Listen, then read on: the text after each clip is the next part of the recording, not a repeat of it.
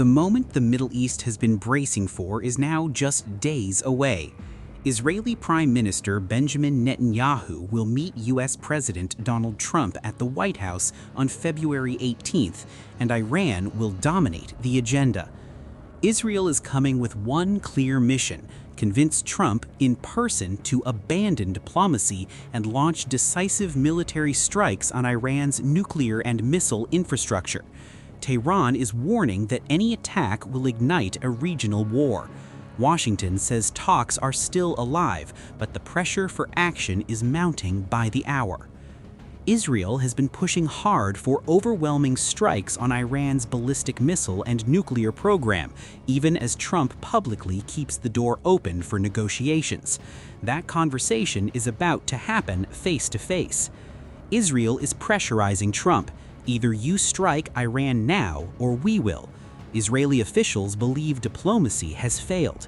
They argue Iran is closer than ever to nuclear breakout capability and that delay only strengthens Tehran. But here is the critical twist. U.S. officials say President Trump is not eager to launch another Middle East war.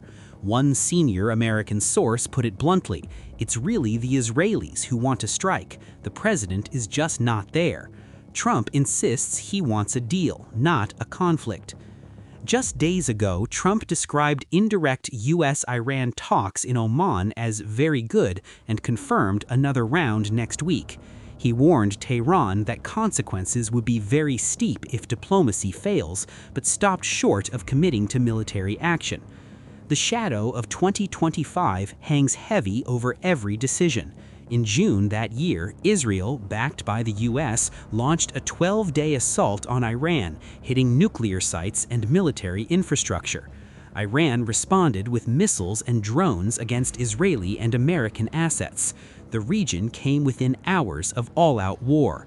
Now the same fault lines are back, sharper than ever. U.S. warships are moving closer to Iranian waters. American jets and air defenses are pouring into the region. New sanctions target Iran's oil lifeline. Tehran, meanwhile, is refusing to halt uranium enrichment and warning that any attack will bring fire across the Middle East.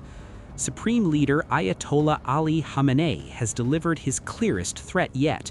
A U.S. assault, he says, would ignite a regional war. So the stage is set for a defining moment. Netanyahu arrives in Washington determined to secure Trump's backing for force. Trump says he wants a deal, but refuses to rule out bombs. Iran prepares for both scenarios. Diplomacy is still breathing, but barely. And on February 18th, one meeting at the White House could decide whether the Middle East moves towards an agreement or towards another war. Subscribe to One India and never miss an update. Download the One India app now.